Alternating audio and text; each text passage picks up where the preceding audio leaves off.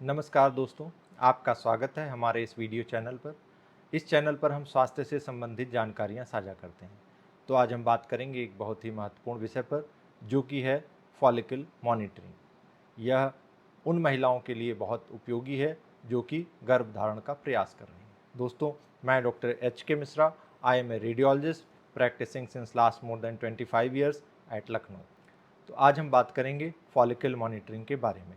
तो सबसे पहले यह जानेंगे कि फॉलिकल्स क्या होते हैं, उसके बाद फॉलिकल मॉनिटरिंग कब कराया जाना चाहिए, किन परिस्थितियों में यह उपयोगी होता है, क्या क्या तरीके होते हैं जिनसे कि फॉलिकल मॉनिटरिंग की जाती है, लगभग कितना समय इस जांच में लगता है, कलर डॉपलर का क्या उपयोग है फॉलिकल मॉनिटरिंग करने में, और माहवारी के किस दिन से यह जांच शुरू की जानी चाहिए और लगभग कितनी बार यह जांच होती है, जांच के परिणाम क्या आते हैं, डॉक्टर क्या क्या ऑब्जर्व करते हैं फॉलिकल मॉनिटरिंग के दौरान, अगर इसमें कोई समस्या निकल करके आती है तो उसका किस हिसाब से मैनेजमेंट किया जाना चाहिए, क्या उपचार के ऑप्शंस उपलब्ध हैं।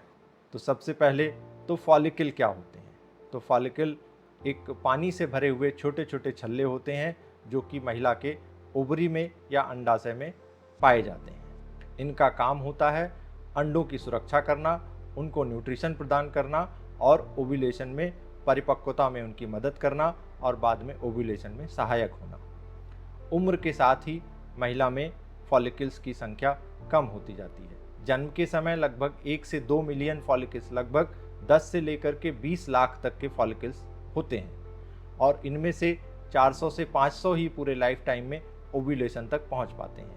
हर महीने कई सारे फॉलिकल्स डेवलप होते हैं, लेकिन उनमें से एक या दो ही, अमूमन एक, कभी कभी 2 फॉलिकल्स ही मैच्योरिटी तक पहुंच पाते हैं और ओव्यूलेशन कर पाते हैं। तो अब हम बताएंगे कि क्या तरीका होता है फॉलिकल मॉनिटरिंग का। तो अल्ट्रासाउंड की मदद से फॉलिकल मॉनिटरिंग की जाती है। ट्रांसवेजाइनल अल्ट्रासाउंड ज़्यादा उपयोगी होता है।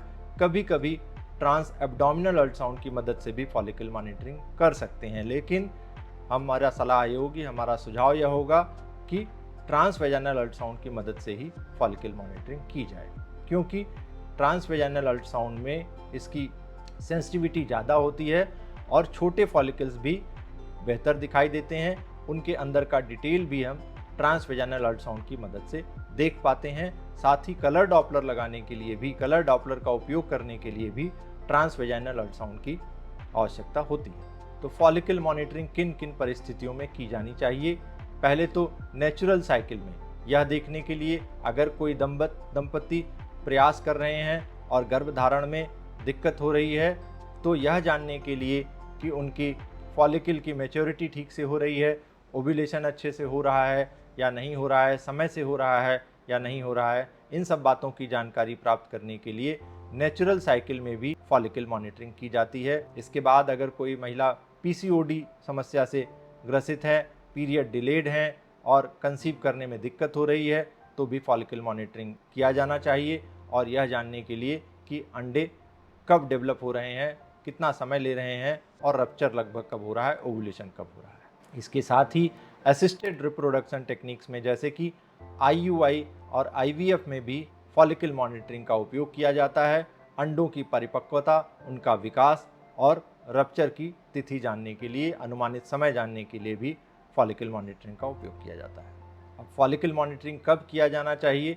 अमूमन जब महिला का माहवारी का पहला दिन जोड़ करके दूसरे से 5वें दिन पहली स्टडी की जानी चाहिए, पहला अल्ट्रासाउंड स्कैन किया जाना चाहिए। पहले स्कैन में हम लोग यह देखते हैं कि फॉलिकल्स का साइज क्या है, पुराने साइकिल का कोई सिस्ट तो नहीं बचा हुआ है, कोई बड़ा अंडा तो नहीं बचा हुआ है जो कि आगे चल करके जिसका विकास नहीं होगा। तो यह सारी जानकारी प्राप्त करने के लिए माहवारी के शुरुआत में ही दूसरे से 5वें दिन पहला बेजल स्कैन किया जाना चाहिए। इसके बाद दूसरे से तीसरे दिन फॉलो किया जाता है अंडों का विकास देखने के लिए कि उनका साइज कैसे बढ़ रहा है, कितना बढ़ रहा है। उसी के अनुसार निर्णय लेते हैं कि हम डेली फॉलिकल मॉनिटरिंग करेंगे या दूसरे तीसरे दिन बुला करके करेंगे। तो फॉलिकल मॉनिटरिंग के दौरान हम लोग क्या क्या चीज़ें देखते हैं। तो पहले बेजल स्कैन में तो देखते हैं कि उनके नंबर कितने हैं, उनका आकार क्या है, यह सारी चीज़ें जानकारी प्राप्त करने के बाद फिर उसी हिसाब से बुलाते हैं कि दूसरे दिन या तीसरे दिन फिर से कॉल करते हैं फॉलिकल मॉनिटरिंग करने के लिए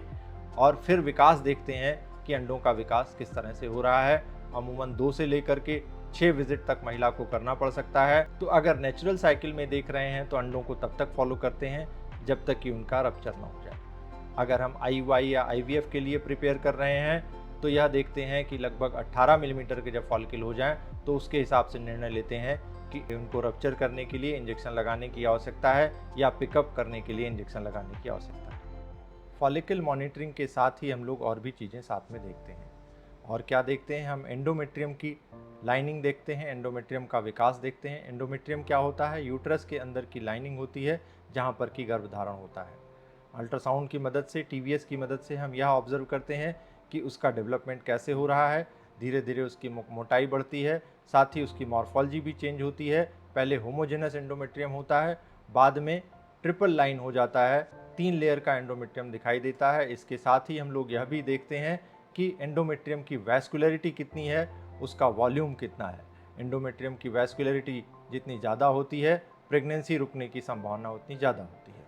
तो यह तो हो गया कि कब किया जाता है और कैसे किया जाता है और क्या क्या चीज़ें हम लोग देखते हैं। साथ ही हम लोग कलर डॉपलर का उपयोग भी करते हैं यह जानने के लिए कि फॉलिकल्स के आसपास ब्लड फ्लो कितना है, उसकी वेलोसिटी कितनी है। उससे हम यह अनुमान लगा सकते हैं कि अब अंडों का रप्चर होने वाला है और अनुमानित तिथि भी हम लोग निर्धारित कर सकते हैं कि अब अंडोत्सर्ग होगा या ओव्यूलेशन होगा। उसके हिसाब से IUI को टाइम कर सकते हैं और उसी के हिसाब से IVF के केसेस में ओवम पिकअप की भी प्लानिंग कर सकते हैं।